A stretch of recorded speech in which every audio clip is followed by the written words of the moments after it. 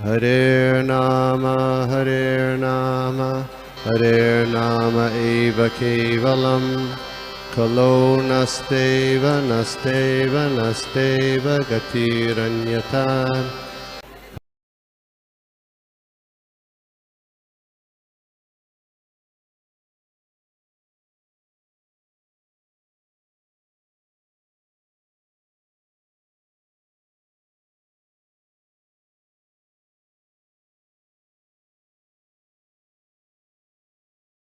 तो प्रेम पीयूष प्रभु जी परम पूज्य भक्ति विकास महाराज जी के शिष्य हैं।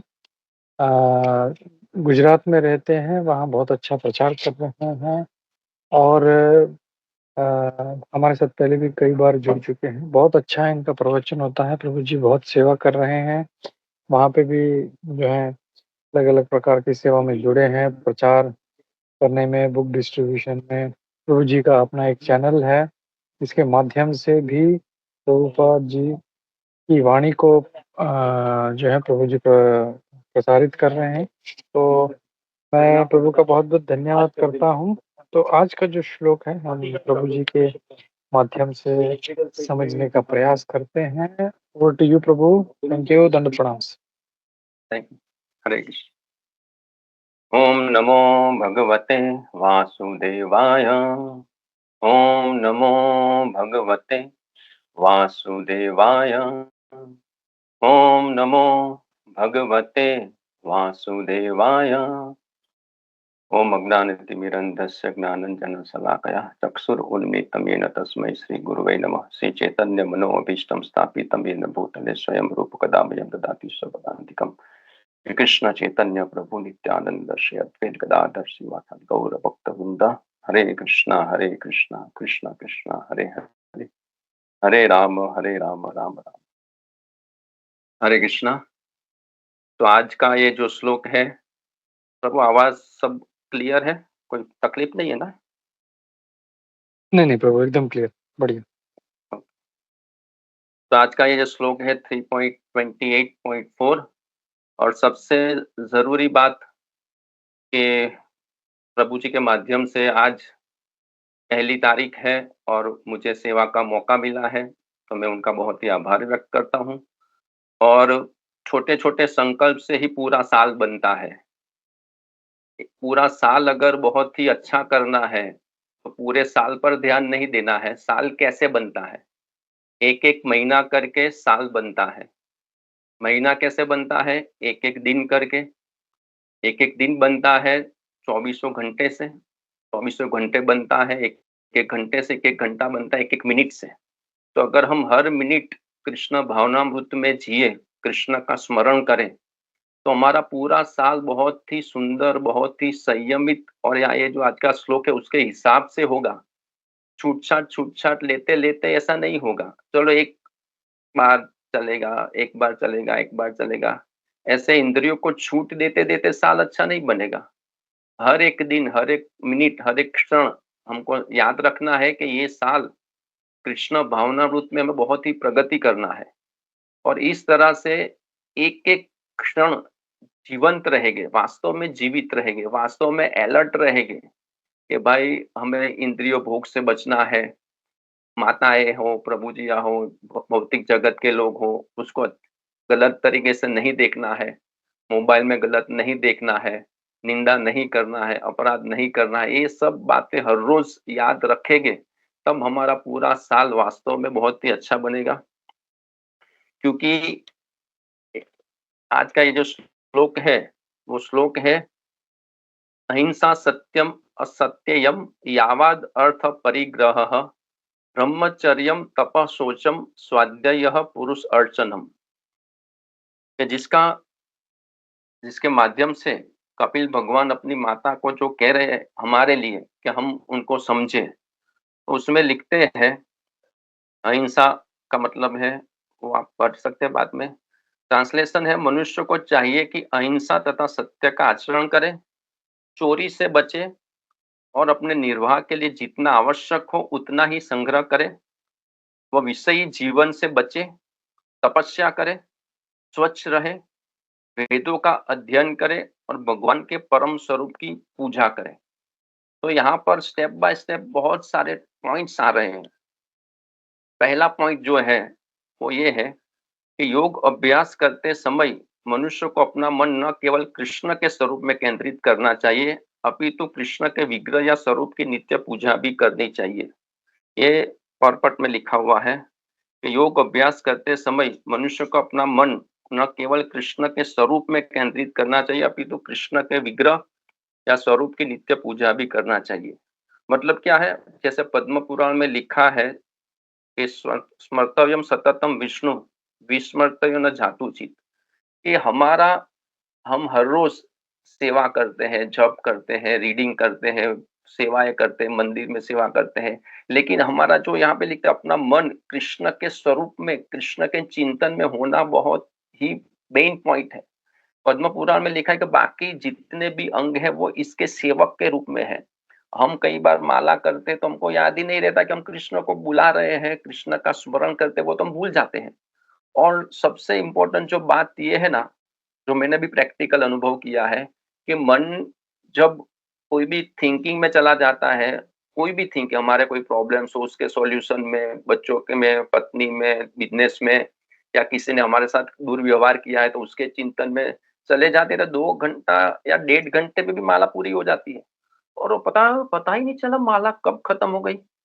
मन जब हरे कृष्ण महामंत्र पर लगाएँगे, तब अगर असलियत में टेस्ट आएगा तो माला बहुत ही आसानी से हो जाएगी, बाकी बहुत ही संघर्ष होगा। ऐसा लगेगा माला पूरी क्यों नहीं हो रही, पूरी क्यों नहीं हो रही, पूरी क्यों नहीं हो रही? क्योंकि हमको मन कृष्ण पर लगाने का अभ्यास नहीं है। और माला किस लिए है? मंत्र किस लिए है? मन को तारने के लिए। मन को भगवान पे लगाने के लिए हम माला करते हैं, छूट देने के लिए नहीं। इसलिए माला करते समय हमको ये याद रखना है कि भगवान के स्वरूप में, भगवान के चित्त में, कृष्ण के स्मरण में हमको रहने का अभ्यास करना है। जैसे मेरा अभी का अनुभव है कि मैंने प्रैक्टिकल देखा, कुछ दिनों पहले जो मेरा ऑपरेशन था, तो उसमें मैंने प्रैक्टिकल देखा कि हमारे हाथ में कुछ नहीं है। जैसे चाणक्य पंडित जो कहते हैं कि भाई मानवी तू आत्मा कल्याण अभी कर ले, क्योंकि एक बार शरीर में से आत्मा चला गया फिर तुम क्या कर लोगे? वो जैसे ही मुझे वो एनेस्थेसिया दिया, मेरे हाथ में कुछ नहीं है, ना कोई स्मरण है, ना मैं जैसे मैं मृत हूँ, ऐसा कोई कुछ हाथ में नहीं है। और जब खत्म हुआ ऑपरेशन तब भी मैं भान में आया तो मुझे कुछ कुछ स्मरण नहीं है, इतना वो डोज रहता है मेडिसिन का। तो उस समय कोई व्यक्ति मर जाता है तो उसका पूरा जीवन का बैलेंस ही उसके काम में आएगा। अंत समय में भगवान का स्मरण होगा हमारे से, इट्स नॉट, ऐसा कोई जरूरी नहीं है। वो भगवान स्मरण कराएँगे हमारी पूरी ज़िंदगी के आधार पर। जनरली हॉस्पिटल में ही लोग मरते हैं, नाक में ये है, कान में ये है, यहाँ पर ये है, यहाँ पर है, वो कोमा में है, वो बेभान है। कैसे स्मरण होगा? 99% है कि नहीं होगा, लेकिन भगवान स्मरण कराएँगे, भगवान हमको उच्च गति देके।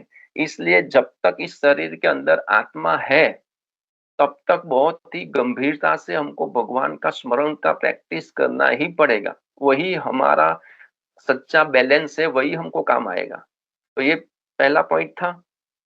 दूसरा पॉइंट था कि माला करते वक़्त हम जो मिस्टेक करते हैं वो था। और आगे जो पर्पट में लिखते हैं बहुत ही इम्पोर्टेंट है। और ये है ना, आप सब लोग तो भक्त ही है, इसलिए खुल्लम-खुल्ला बात कर सकते हैं, लेकिन ये बहुत ही सीक्रेट विषय माना जाता है। लेकिन प्रभुपाद जी ने बहुत ही स्पष्ट लिखा है कि ब्रह्मचारी विषयी जीवन पर नियंत्रण रखता है और ब्रह्मचर्य का अभ्यास करता है। अनियंत्रित विषयी जीवन बिताते हुए मनुष्य योग का अभ्यास नहीं कर सकता, यह तो धूर्तता है। ये बहुत ही सब लोगों के अंदर की बात है, कोई बोलता नहीं है, लेकिन रास्ते पे चलते मोबाइल में सबका छुप-छुप के कुछ भी ये चलता होता है। ये हमारी प्रगति में सबसे बड़ी बाधा है कि जब कोई व्यक्ति ब्रह्मचर्य का नाश करता है, विषयी जीवन जीता है, वो सबको पता हो या ना पता हो, लेकिन हमारी प्रगति उससे रुकती है। This is the fact. वो हमारा पूरा माइंड कमज़ोर हो जाएगा, बॉडी कमज़ोर हो जाएगा, हमारा भगवान में चित्त नहीं लगेगा। हम शास्त्र पढ़ेंगे तो वो शास्त्र भी हमको समझ में नहीं आएगा, अगर हम ब्रह्मचर्य का नाश करते हो। यहाँ पर लिखते हैं कि योगी इच्छानुसार भोग करने के साथ भी योगी बने रह सकते हैं, किंतु यह सर्वथा अप्रामाणिक है। मनुष्य को ब्रह्मचर्य का पालन करना चाहिए।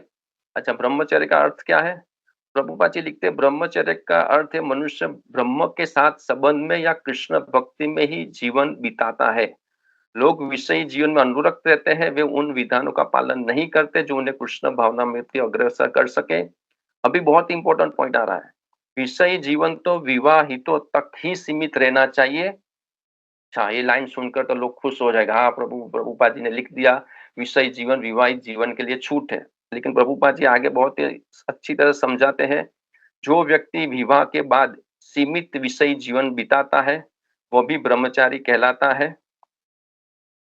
मतलब कि विवाह के बाद भी संयम से जीना। पति है या पत्नी है, वो कोई इंद्रिय तृप्ति का मशीन नहीं है। एक कोई ऐसा कोई लाइसेंस नहीं कि पूरी छूट दे दी और पूरा विषयी जीवन जीते हैं, तो ये शास्त्र के विरुद्ध हो गया। हमें संयम से जीना है और इस तरह से हमें बल मिलेगा कृष्ण भक्ति में प्रगति करने का। हमारी आध्यात्मिक प्रगति तब होती है जब हमारी इंद्रियां संयमित होती है। अगर हमारी इंद्रियों में छूट है, तो हम इस बद्ध जीवन में से मुक्त कैसे हो पाएंगे? हम कोई मुक्त आत्मा तो है नहीं। हम बद्ध है और बद्ध में से मुक्त की तरफ जाना है, बहुत ही कठिन है। जो मुक्त आत्माएं हैं, भगवत धाम में है, उनके लिए तो आसान है भगवान का स्मरण। हमको बद्ध जीवन में है, उसमें से मुक्त की तरफ जाना है, तो ये कठिन है। जैसे एक एग्जाम्पल लेते हैं, एक पिता थे, उसकी 3 संतानें थी, तो उनको मेले में जाने की इच्छा थी। तो वो तीनों 3 को लेकर पिताजी मेले में जाते हैं। तो वहाँ पे अलग-अलग राइड्स है, चकडोल है, कोलंबस है, ये सब है। तो एक बेटे ने बोला कि पापा पापा, वो चकडोल में बहुत बड़ी चकडोल, उसमें जाना है। तो पापा ने बोला ठीक है। दूसरा बोला मुझे भी जाना है। तो पापा ने बोला ठीक है, तुम भी बैठ जाओ। तीसरे ने बोला पापा मुझे आपका हाथ नहीं छोड़ना है, मैं आपका हाथ नहीं छोड़ूंगा। मुझे आपके साथ ही अच्छा लगता है, मुझे आपके साथ सैटिस्फैक्शन है।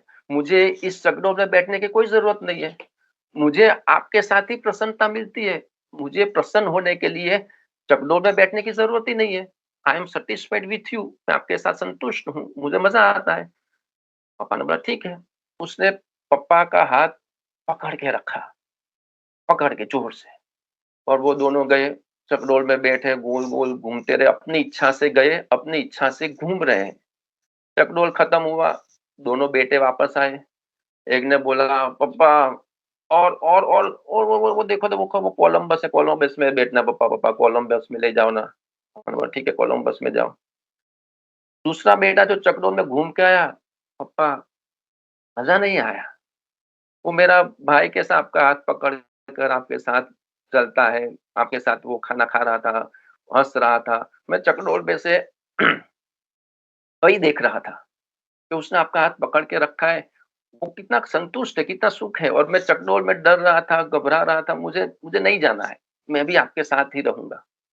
और वो दूसरा बेटा आया, दूसरे ने भी उसका पापा का हाथ पकड़ लिया और वो कोलंबस में बैठा और वहां वो अलग अलग जगह पे घूम रहा है। ये ये क्या सिखाता है?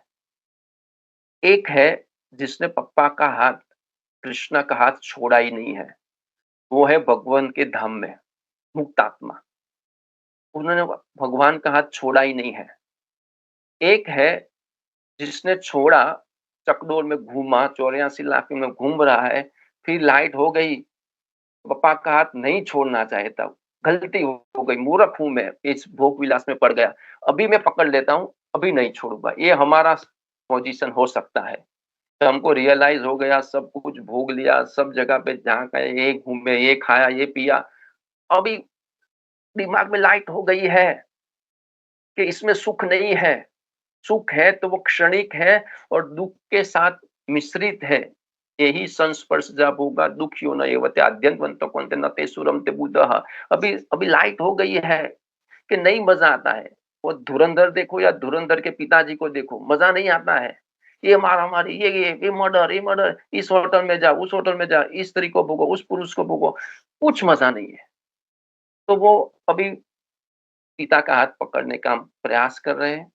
और तीसरा है जो इस भौतिक जगत के लोग हैं, जिनको अभी भी आशा है कि इस कोलंबस में, उस चकडोर में कहीं न कहीं हम सुखी हो जाएँगे। तो हम बद्ध में से मुक्त की तरफ जा रहे हैं। माया का हाथ छोड़कर पिताजी का हाथ पकड़ने जा रहे हैं। तो हमको समझना चाहिए कि इसमें सुख नहीं है और पिताजी का हाथ पकड़ने में ही सुख है। और बुद्धि से सोचिए तो आजकल 31st था, बहुत से लोग दारू पीकर पार्टी एन्जॉय करने का प्रयास किया होगा, लेकिन आज वो अभी भी सो रहे होंगे। दारू के नशे में हैंग हैंग हो जाता होगा माइंड और पड़े होंगे रास्ते में, कहीं रूम में, कहीं खराब हालत में। और हम क्या कर रहे हैं? हम भगवान की कथा सुन रहे हैं, भगवान के बारे में बोल रहे हैं, भगवान का स्मरण कर रहे हैं, तो सैटिस्फैक्शन किसको मिला? वो तो बेभान जैसा है, पागल जैसा है। उनकी उनकी साल की शुरुआत ही बेभान अवस्था से हो रही है और वो नशा उतरने में पता नहीं कितना घंटा लग गया। पहला दिन ही उसका फ्लॉप हो गया और हमारी साल की शुरुआत कैसी है? हरे कृष्ण महामंत्र से, नरसिंहदेव भगवान से, श्रीमद् भागवतम से। तो हमको समझना चाहिए कि हम बहुत ही राइट ट्रैक पर हैं और जितना राइट ट्रैक पर जाएँगे, ये आनंद उतना ही बढ़ेगा। और बुद्धि से सोचें, कोई व्यक्ति, हम सोचते हैं कि अभी आप लोग जितने भी लोग सुन रहे हैं, खाली दिल से सोचिए, ऐसा कौन-सा सुख है जिसमें अभी भी हम आ सकते हैं, उसमें भी मज़ा आता है? घूमने का हो गया, फिरने का हो गया, होटल का हो गया, पिक्चर का हो गया, भोग-विलास हो गया, कुछ भी। कभी हम सोचे कि उसमें सुख मिलता है, अच्छा ओके, सुख मिलता है, इंद्रिय सुख मिलता है। अब ये सोचना है कि वो कितनी मिनट रहता है? होटल में गए, 1 घंटे वापस आ गए, धुरंधर में गए, साढ़े 3 घंटे में आ गए और भोग-विलास में पड़े, 10-15 मिनट, आधा घंटा में खत्म कहानी। तो इतना मिनट हमको सुख शायद महसूस हुआ हो, भ्रामक सुख, लेकिन उसके सामने 20 घंटा, 21 घंटा, 23 घंटा तो हम चक्की में पीस रहे हैं, गधे की तरह काम कर रहे हैं, लोगों की गाली सुन रहे हैं, बीमार हो रहे हैं, हॉस्पिटलाइज़ हो रहे हैं, जन्म-मृत्यु, जरा-व्याधि में फँस रहे हैं। तो बुद्धि से सोचना है कि जो माया हमको बेवकूफ़ बना रही है, थोड़ा-सा सुख मिला, 20 घंटा दुःख मिला। क्यों? हम भगवान कृष्ण के अंश हैं, सच्चित आनंदमयी। हमको बुद्धि से माया को बोला है, मैं माया, हमको ये आधा घंटे का सुख नहीं चाहिए। मैं कृष्ण का अंश हूँ, मेरा हक है चौबीसों घंटे खुश रहना, अनंत सुख प्राप्त करना वो मेरा हक है। मैं मेरा मेरा पिताजी सच्चिदानंदमय है, मैं भी सच्चिदानंदमय हूँ। तुम ये मुझे आधा घंटे का सुख देकर मुझे फँसा रही हो। मुझे ऐसा सुख नहीं चाहिए, मुझे शाश्वत सुख चाहिए, जो परमानेंट हो, जो कभी भी जाए ना, वो जो हर क्षण बढ़ता रहे, हर क्षण बढ़ता रहे, ऐसा दिव्य सुख का मैं अधिकारी हूँ। तुम मुझे ऐसे अधिकार से वंचित कर रहे हो। मैं नहीं फँसूँगा। अभी मेरी बुद्धि लाइट हो गई है, मेरी बुद्धि में दी बत्ती जल गई है। अभी मुझे इस सुख में नहीं फँसना है, मुझे शाश्वत सुख चाहिए। ऐसा सुख जो चौबीसों घंटे रहे, पूरा साल रहे, 2026 हर क्षण मैं खुशहाल हूँ, आनंद का अनुभव करता हूँ, मुझे ऐसा सुख चाहिए। अच्छा, समझ में आया। अभी अभी जब तक हम वो भौतिक सुख बंद नहीं करेंगे, आध्यात्मिक सुख नहीं मिलेगा। जब प्रभुपाद जी लिखते हैं विषयी जीवन, तो दोनों साथ में नहीं चलेगा। हम क्या है, बिज़नेस वाले हैं, भाई प्रॉफ़िट लॉस बहुत देखते हैं कि दोनों मिलना चाहिए, तो दिस इज़ नॉट पॉसिबल। एक को फ़ोर्सफुली भी बंद करना पड़ेगा, प्रयास करना पड़ेगा, अभ्यास करना पड़ेगा, गुरु को, प्रभुपाद को, कृष्ण को प्रार्थना करना जिसकी जो भी कमज़ोरी हो, किसी का जीवा कंट्रोल में नहीं हो सकता है, किसी की जनेंद्रिय कंट्रोल में नहीं हो सकता, कोई ना कोई, किसी ना किसी का कुछ ना कुछ कमज़ोरी होता है। तो उस 2026 में हमें उस कमज़ोरी पर हाइलाइट करना है कि भाई, अगर बहुत ही इंद्रियों का प्रॉब्लम है, कृष्णा कॉन्शियसनेस, ब्रह्मचर्य इन कृष्णा कॉन्शियसनेस बुक हर रोज़ पढ़ो। ये है ना, प्रैक्टिस का सवाल है, अभ्यास का सवाल है, कुछ भी ऑटोमैटिक नहीं होता। यहाँ पर भी पहले से तैयारी की गई, वो लिंक भेजी गई कल रात को, तो वो सब प्रयास करते-करते तुरंत ही लिंक खुल गई, मैं अभी बोल पा रहा हूँ। तो किसी ना किसी भक्त ने वो मेहनत की, तब अभी ये ऑनलाइन क्लास हो रहा है। तो 2026 में हमें काम वासना पर, क्रोध पर विजय प्राप्त करना है, तो ऑटोमैटिक नहीं होगा। हर रोज़, हर क्षण प्रयास करना पड़ेगा, नोट्स बनानी पड़ेगी, उसके ऊपर विचार करना पड़ेगा, भक्तों के सलाह-मशवरा करना पड़ेगा, पत्नी को, पिता को, पति को कुछ ना कुछ बताना होगा कि मेरी ये कमज़ोरी है, मुझे हेल्प करो। मैं मोबाइल में गलत देखता हूँ, इसको ब्लॉक करो, तुम ध्यान रखो, मोबाइल बच्चे को दे दो, बच्चा है तो पिता को दे दो, पत्नी है तो पति को दे दो, रात को सोते समय मोबाइल दूर रख दो, ब्लॉक कर दो, कुछ भी करो, लेकिन मेहनत करना पड़ेगा। और जब परमात्मा देखेगा हाँ, तो मेहनत कर रहा है, इसमें से निकलने के लिए चलो मैं इसकी हेल्प करता हूँ। तो इस तरह से हमें हमारी जो भी कमज़ोरी है, जो ख़ास करके जो यहाँ पर ब्रह्मचर्य के बारे में बताया गया है, तो वो हमें समझना है, तो उसमें से हमें किस तरह से निकलना है। और बहुत ही अच्छा एक प्रभु जी हमें इतने 9 बजे स्टॉप करना है? नहीं प्रभु, आप चलिए बोलते रहिए, चलेगा। अच्छा, अच्छा। You can continue. तो आपने सुना होगा कि एक बार संध्या के समय मंदिर में बहुत भीड़ थी और प्रभुपाद जी का प्रवचन के बाद स्टीव गोल्डस्मिथ ने प्रभुपाद जी से पूछा, हो सकता है आपने सुना होगा, पढ़ा होगा, लेकिन इसमें बहुत ही गुह्य बातें निकल के आ रही हैं। उन्होंने पूछा, प्रभुपाद जी, यौनाचार के संबंध में आपका क्या मत है? यौन वासना के बारे में। प्रभुपाद जी ने कहा कि यौनाचार केवल अपनी पत्नी के साथ होना चाहिए। अभी हमारा हमको तो खुश हो गए, चलो पत्नी के साथ छूट है। प्रभुपाद जी बोलते हैं, वो भी संयम के साथ। यौनाचार कृष्ण भक्त संतान बढ़ाने के लिए हो। मेरे गुरु महाराज कहा करते थे, कृष्ण भक्त संतान उत्पन्न करने के लिए वे सैकड़ों बार यौनाचार करने को तैयार थे, लेकिन इस युग में यह बहुत कठिन है, इसलिए वे ब्रह्मचारी बने रहे। प्रभुपाद जी ने कहा सिर्फ संतान उत्पत्ति के लिए। फिर श्रीमान गोल्डस्मिथ ने प्रतिवाद किया, लेकिन यौनाचार की वासना तो प्रभुपाद जी बहुत ही प्रबल होती है। स्त्री के लिए मनुष्य के मन में जो भावना है, उससे इनकार कैसे कर सकते हैं? प्रभुपाद जी ने उत्तर दिया, इसलिए हर समाज में विवाह का प्रावधान है। आप एक स्त्री के साथ विवाह करके शांतिपूर्वक रह सकते हैं, किंतु इंद्रिय तृप्ति के लिए पत्नी का उपभोग मशीन की तरह नहीं होना चाहिए।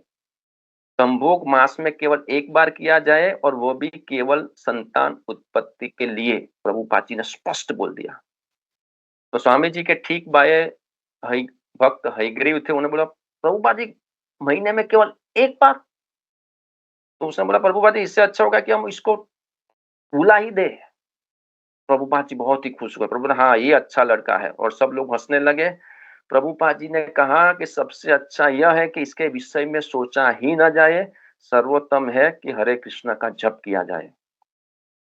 और प्रभुपाद जी ने कहा, इस तरह हम कितनी ही झंझोटों से बच जाएंगे। विषय कामना खुजलाहट जैसी है, बस इतना ही। और जब हम खुजलाते हैं तो खुजलाहट बढ़ती है, इसलिए हमें खुजलाहट को सहन कर लेना चाहिए। कृष्ण से सहायता की प्रार्थना करनी चाहिए। यह सरल नहीं है। भौतिक जगत में संभोग सबसे बड़ा सुख है और सबसे बड़ा धन भी। प्रभुपाद जी ने सीक्रेट खोल दिया।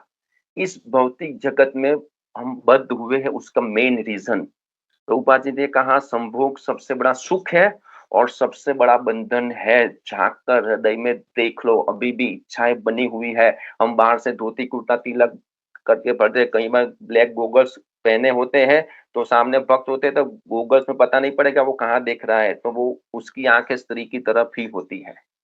तो हमने क्या पढ़ा? 20 साल से भागवत हम पढ़ रहे हैं, हरे कृष्णा जप करे, और ये जो कुत्ते की वृत्ति है वही। तो हमने क्या किया? ऐसा लगता है कि हमने भक्ति में प्रवेश ही नहीं किया। तो इसलिए हमको एटलीस्ट प्रयास तो करना है। सिर्फ अपनी पत्नी के साथ, पत्नी को भी मशीन की तरह यूज नहीं करना चाहिए, और सिर्फ पत्नी के साथ मतलब कि दूसरी स्त्रियों की तरफ गलत नजर तो जानी ही नहीं चाहिए। जाती है, जाती है, लेकिन हमको अभ्यास तो करना चाहिए। हाँ, भागवतम में सुना था, प्रभुपाद जी ने कहा था, जाती है तुरंत हटा लो। और एक जगह पे चाणक्य पंडित कहते हैं इसके बारे में, चाणक्य पंडित कहते हैं, धनेषु जीवित्वेषु स्त्रीषु च आहार कर्मसु अतृप्ताः प्राणिनः सर्वे यातना यास्यन्ति यान्ति च।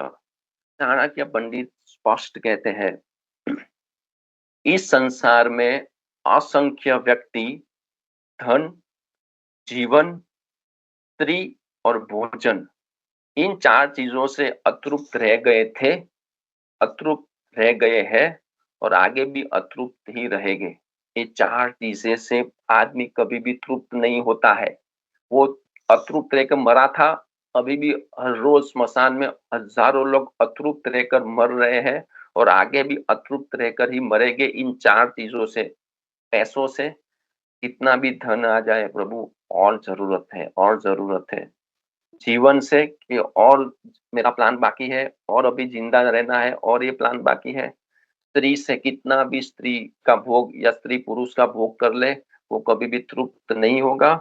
और भोजन से, इन 4 चीजों से कोई भी व्यक्ति तृप्त नहीं हुआ था, नहीं हुआ है, और ना ही तृप्त होगा, ऐसा चाणक्य पंडित कहते हैं। तो ये ब्रह्मचर्य का टॉपिक जो भागवतम में था वो क्लियर हुआ।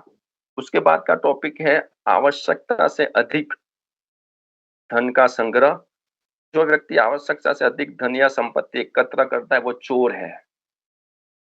इतना बड़ी बात प्रभु, अभी तो आवश्यकता इतनी है, बच्चे की शादी है, बच्चे की पढ़ाई है, तो यहाँ पे लिखते हैं आवश्यकता के अनुसार। आवश्यकता है, ठीक है, किसी की आवश्यकता 50,000 है, किसी की आवश्यकता 1,00,000 है, स्कूल की फीस है 1,00,000 रुपया 11 साइंस की, तो उसको 1,00,000 की आवश्यकता है तो उतना कमाओ, कोई प्रॉब्लम नहीं है। लेकिन प्रभुपाद जी लिखते हैं कि उसका सिर्फ धन का उपयोग खुद की इंद्रिय तृप्ति के लिए नहीं, लेकिन भगवान की पूजा में भी व्यय करना चाहिए। तो हमें जितना भी हो सके, जहां भी समय मिले, संजोग मिले, भगवान की सेवा में धन का उपयोग भी साथ में करना चाहिए। नहीं करते तो हम चोर हैं।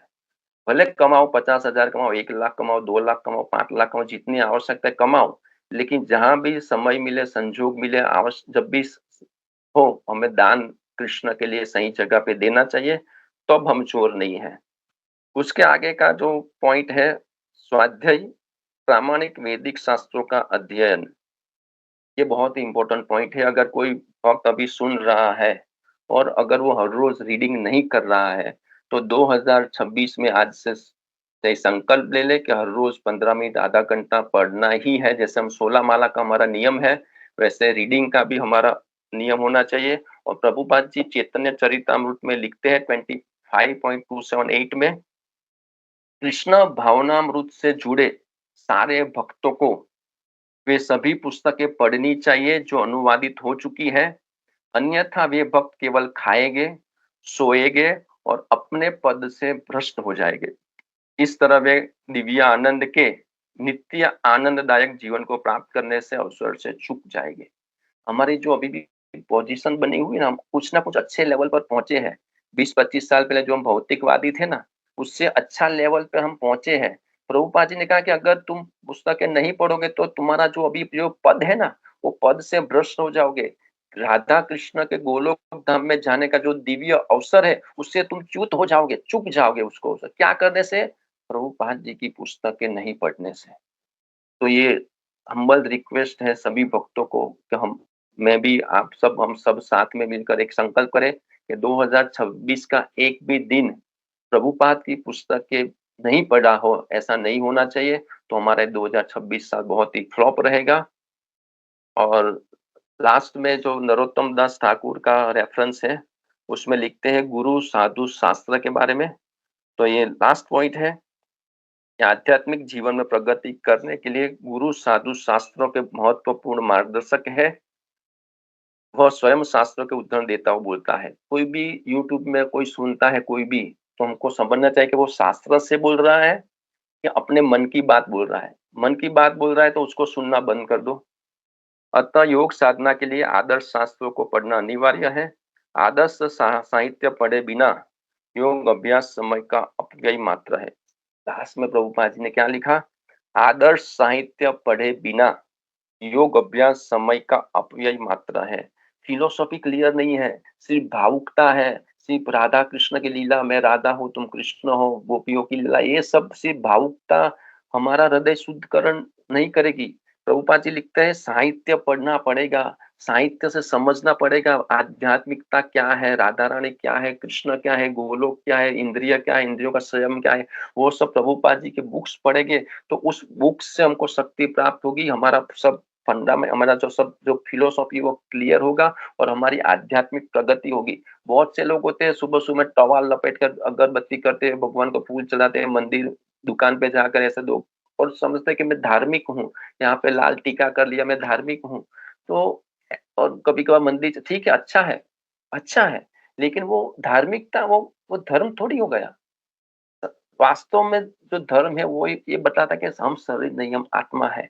और वो फिर उस आत्मा की अनुभूति में चौबीसों घंटे धीरे-धीरे स्थित होना, वो लेवल तो हमारा बहुत ही दूर है हमारे लिए। तो कैसे वो धार्मिक बन गया? तो इसलिए धर्म अलग हो गया, आज के ज़माने में जो धार्मिकता है वो अलग, टोटली चीज़ ही अलग हो गई। 31st को एन्जॉय करना है, गणपति का त्योहार है एन्जॉय करना है, जन्माष्टमी को जुगार खेलना है, सब जगह पे इंद्रिय तृप्ति मेन है। कृष्ण या भक्ति या गणपति, शिव जी तो साइड पर ही है, सब जगह पे केंद्र में है, मैं कैसे खुश रहूँ, मैं कैसे नाचूँ, मैं कैसे गाऊँ, मुझे मज़ा कैसे आए। कृष्ण को मज़ा कैसे आए, वो कोई नहीं सोचता। मेन प्रॉब्लम है मुझे मज़ा आए, इसलिए हम भौतिक जगत में हैं। और जब कृष्ण को मज़ा आएगा, तब हमको मज़ा आएगा ही, सिंपल है। तो इसलिए 9:05 होने की तैयारी में है, तो लास्ट में मैं आपको यही कहना चाहूँगा कि जीवन में आगे बढ़ने के लिए सिर्फ लक्ष्य पर नहीं, प्रयासों पर भी ध्यान देना बहुत ही ज़रूरी होता है। जीवन में आगे बढ़ने के लिए सिर्फ लक्ष्य पर नहीं, प्रयासों पर भी ध्यान देना बहुत ही ज़रूरी होता है। ज़िंदगी बदलने के लिए सिर्फ साल का ही नहीं, विचारों का भी बदलना बहुत ही ज़रूरी होता है। तो नया साल आया, नया साल आया, नया साल आया, तो ये पूरा फिलोसॉफ़िकल है कि जीवन में आगे बढ़ने के लिए सिर्फ लक्ष्य पर नहीं, प्रयासों पर भी ध्यान देना। हमारा लक्ष्य क्या है? राधा कृष्ण, गोलोक, वैकुंठ लक्ष्य है। कोई भी भक्त को पूछो कि कृष्ण प्रेम, गोलोक अच्छा लक्ष्य है। सिर्फ लक्ष्य पर ध्यान नहीं देना है। प्रयास क्या है भाई?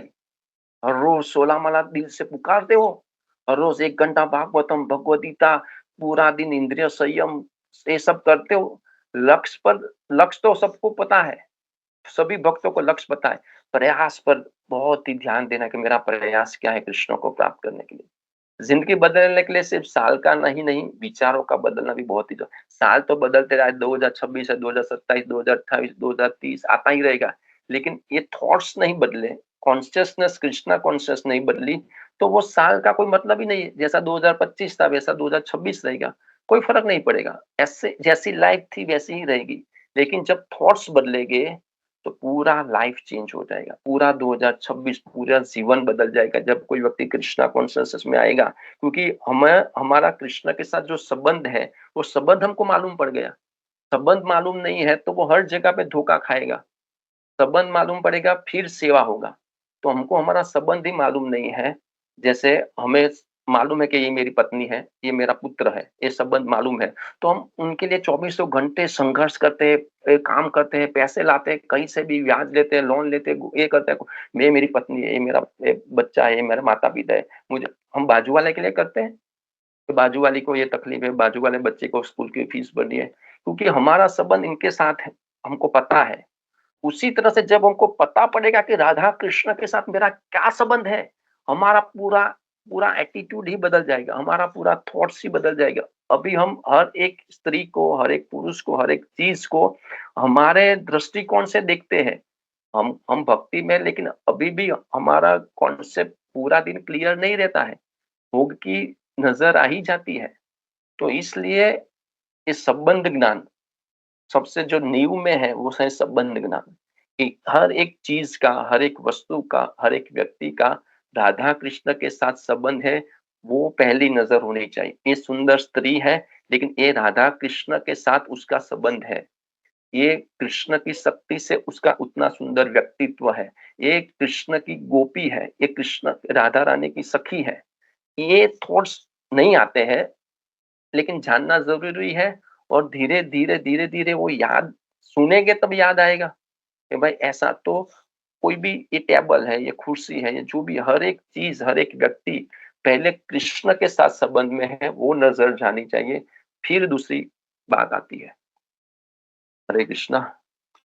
तो आज का श्लोक का यही था, इतने सारे पॉइंट्स हैं वो हमें हमारे जीवन में अपनाने हैं। और अभी जो प्रवचन हुआ इसके बारे में कोई प्रश्न है तो पूछ सकते हैं। हरे कृष्णा।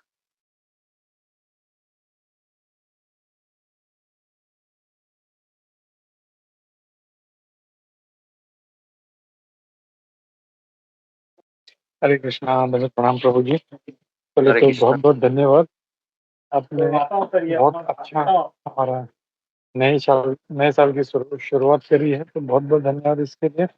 और मैं सभी भक्तों को ये भी बताना चाह हाल ही में प्रभु जी का बड़ा ऑपरेशन भी हुआ है एंड प्रभु जी काफ़ी मतलब त्रस्त थे इस चीज़ से, लेकिन फिर भी उन्होंने ये सेवा लिया, तो हम इसके लिए प्रभु जी के बहुत आभारी हैं। और हमने देखा कैसे आज प्रभु जी ने इतना अच्छा जो आज का जो श्लोक है, श्लोक के माध्यम से खास करके जो सारे पॉइंट्स थे उसमें, कितने अच्छे से हमको समझा उसमें। प्रभुपाद जी ब्रह्मचारी जी के बारे में क्या बताते हैं, वेरी नाइसली एक्सप्लेन्ड। तो ये सब चीज़ें हम लोग को जो है ध्यान में रखनी चाहिए। और जैसे प्रभु प्रभु जी ने बहुत अच्छी एक बात कही कि न सिर्फ साल का नहीं, लेकिन विचारों में भी बदलाव आना चाहिए। तो जस्ट खाली नया साल हैप्पी न्यू ईयर करके नहीं होता। We need to change our consciousness, our thoughts. और वो जब बदली होगा, तब हम कृष्ण भक्ति में आगे बढ़ पाएँगे, नहीं तो फिर वही आया राम गया राम की तरह हम लोग वहीं रह जाएँगे। It is not going to help. और प्रभु जी बहुत अच्छे, मतलब कभी भी है वो, कभी ऐसा छोटा-छोटा कुछ पोएम जैसा बना के शेयर करते हैं, तो इट्स वेरी नाइस। धन्यवाद प्रभु जी आपका। तो एक हाथ हैंड रेज़ हुआ है, विनती माता जी। यस, विनती माता जी। हरे कृष्णा प्रभु जी, दंडवत प्रणाम। हरे कृष्णा बहुत ही सुंदर था प्रभु जी। इतने आपने बहुत अच्छे-अच्छे जो दिए टिप्स दिए, और बीच में और जो आपने सबसे शुरू में जो बताया था कि हॉस्पिटल में जैसे जब हम हमारे कितना पास समय कम है और हम उसको कितना वो करते हैं, उसको इस्तेमाल कितना केयरलेसली करते हैं। तो जो आपने हॉस्पिटल का कि जब और हर एक को ये जो कि हमें पता है, जरा व्याधि जन्म मृत्यु 4 चीज़ें तो हैं ही हैं, वो उसमें तो जो व्याधि में फिर हॉस्पिटल में और ऐसे उसमें आप कुछ नहीं कर पाता है। यहाँ तक कि जब न मामूली सा बुखार हो जाए और जुकाम, उसी में ही इंसान कितना वो हो जाता है, तो जब स्वस्थ रहता है तो उसका कितना ज़रूरी है कि उस समय को इस्तेमाल करना। और जो आपने एक ये भी बहुत अच्छा बताया था कि सब कुछ ऑटोमैटिक नहीं होगा, हमें उसके लिए प्रयास पे जो हमारा होना चाहिए ध्यान। लक्ष्य तो खाली लक्ष्य पे ध्यान से नहीं, प्रयास पे ध्यान होना चाहिए, कितना सिंसियरली हम कर रहे हैं। फिर आपने जो वो एक बड़ा अच्छा वो दिया था मेले में, पिता का जो एग्ज़ाम्पल देके आपने समझाया, तो 3 कैटेगरी के लोग, जो जो हैं और जो नित्य मुक्त हैं, उनका भी बड़ा अच्छा आपने आसानी से, मतलब इतना सरलता से कि हम एक बच्चे को भी समझा सकते हैं, वो एग्ज़ाम्पल देके, मेले वाला। और एक और अच्छा जो ये था कि हमें अगर आध्यात्मिक में प्रगति करनी है, तो हमें भौतिक पे वो करना ही पड़ेगा, रोक मतलब इसको बंद करना ही पड़ेगा। दोनों साथ-साथ नहीं चल सकता है। तो पहले भी और भी हम लेक्चर में सुना है, और ये आज फिर से, मतलब एक हर रोज़ एक को होता है कि जैसे लगता है कि हम अवेकन हुए, लेकिन कांस्टेंट चाहिए। पूरे-पूरे दिन शाम तक एकदम से वो इतनी हम, मतलब वो है हमारी, कितने हम क्या कह सकते हैं कि हम इतने, जिसको मंदमति और वो मंदभाग्य जो कहा गया है हमारे लिए, वो बिल्कुल रोज़ सही होते दिखता है कि सवेरे इतना ऐसा होता है सुनने के बाद, और शाम तक वो धीरे-धीरे, धीरे-धीरे एकदम हो जाता है। शाम तक हम फिर उसी में ही अपने उसमें चले जाते हैं, जो हमारा है हुँ। पुरानी आदतें पड़ी हुई हैं। तो ये इसीलिए हमें और मेहनत करनी है कि हम पूरे दिन शाम तक भी उसी उसमें रहें, तो ये मेहनत करनी है। और जो आपने प्रभुपाद जी का भी जो बताया था कि उन्होंने क्या कहा ये ब्रह्मचर्य के विषय में, वो भी बहुत एक अच्छा वो है कि अ, मतलब हम छूट लेते हैं अपने आप को, हम रीज़न दे देते हैं, हम अपने आप को छूट देते रहते हैं कि अच्छा इतना तो कर सकते हैं, अरे इतना तो कोई बात नहीं, इतना तो कोई बात नहीं। वो चीज़ भी आपने बहुत अच्छे से बताया सब। और आवश्यकता से अधिक संग्रह नहीं का भी, कि तो उसमें अगर है तो हम सिर्फ़ अपने ऊपर ज़्यादातर हमेशा यही रहता है नॉर्मल उसमें कि हम अपने ऊपर ही खर्चा करना चाहते हैं, अपने आनंद के लिए, सब कुछ अपने आनंद के लिए। तो जो भी और उसमें आप संबंध वाला जो आपने पॉइंट लिया वो बहुत अच्छा था कि हम जिससे हमारा लगता है ना कि हम संबंध है उसके लिए हम कुछ भी करने को तैयार हो जाते हैं। तो संबंध का बहुत क्लियर होना ज़रूरी है और वो भी मुझे लगता है प्रैक्टिस से ही होगा, क्योंकि ऐसे तो एक बार में कुछ जाता नहीं है अंदर हमारी भेजे में।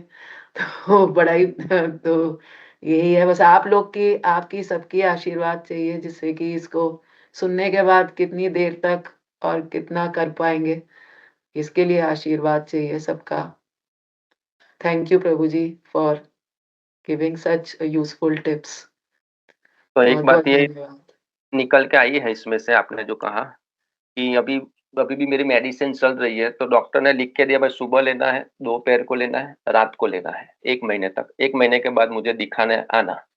तो उसी तरह से सुबह हमारी बैटरी चार्ज होती है, रात तक उतर जाती है। तो सुबह, दोपहर, रात मेडिसिन लेना है कि भाई सुबह भागवतम सुना, ओके। दोपहर को लंच टाइम होता है, उस टाइम प्रभुपाद का बुक्स पढ़ लिया या कुछ प्रभुपाद का लेक्चर सुन लिया और रात को सोते टाइम भी कुछ पढ़ लिया। बेड के बाजू में भगवद गीता रखी है, चैतन्य चरितामृत रखा है, खुद की डायरी लिखी रखी है कि आज मैं कैसी चेतना में पूरे रहा। तो खाली एक टाइम दवाई लेने से रोग ठीक नहीं होगा, तो उसको 3 टाइम लेना पड़ेगा, सुबह, दोपहर, रात मिनिमम। मिनिमम 3 टाइम लेंगे, तब पूरा दिन जो आपने बताया कि सुबह अच्छा रहता है, फिर रात तक, वो सबका होता है। लेकिन जब हम 3 टाइम दवाई लेंगे ना मिनिमम, ज़्यादा भी ले सकते हैं, कोई साइड इफ़ेक्ट नहीं है।